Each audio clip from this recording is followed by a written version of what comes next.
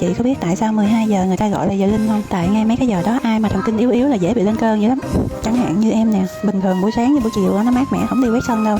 Lựa đúng ngay 12 giờ trời đứng nắng là em bắt đầu đi quét sân rồi đó. Mấy bữa nay trời mưa quá trời nên là em không có quét dọn gì được hết trơn á. Bữa nay được mấy bữa trời nắng khô ráo rồi nên là mới đi dọn dẹp nè. Thiệt ra thì em cũng muốn đi làm buổi sáng với buổi chiều cho nó mát, nhưng mà tại vì em mắc chửi thằng con nhỏ nên là đợi nó ngủ trưa em mới bắt đầu đi làm việc được, nên là em toàn làm ngay giờ linh không à. Cái bà măng cụt này bà đang thay lá nên là bà rụng lông lá quá trời.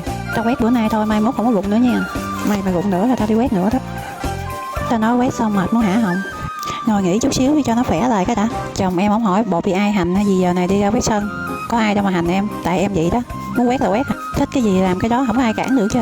Tính ra là mấy con gà nó còn sướng hơn em nữa. Giờ này nó được nằm ghĩa lông, còn em phải đi quét lòng vòng. Thôi kệ, gắng chịu cực đi, sau này chịu khổ. Nó chơi chứ sau này hết khổ nha. Chứ khổ đâu mà khổ hoài vậy. Công nhận là quét dọn sạch sẽ rồi thì nhìn chuồng trại nó cũng thoải mái hơn. Quét dọn xong rồi, giờ này em vô nghỉ trưa đây. Bye bye mọi người.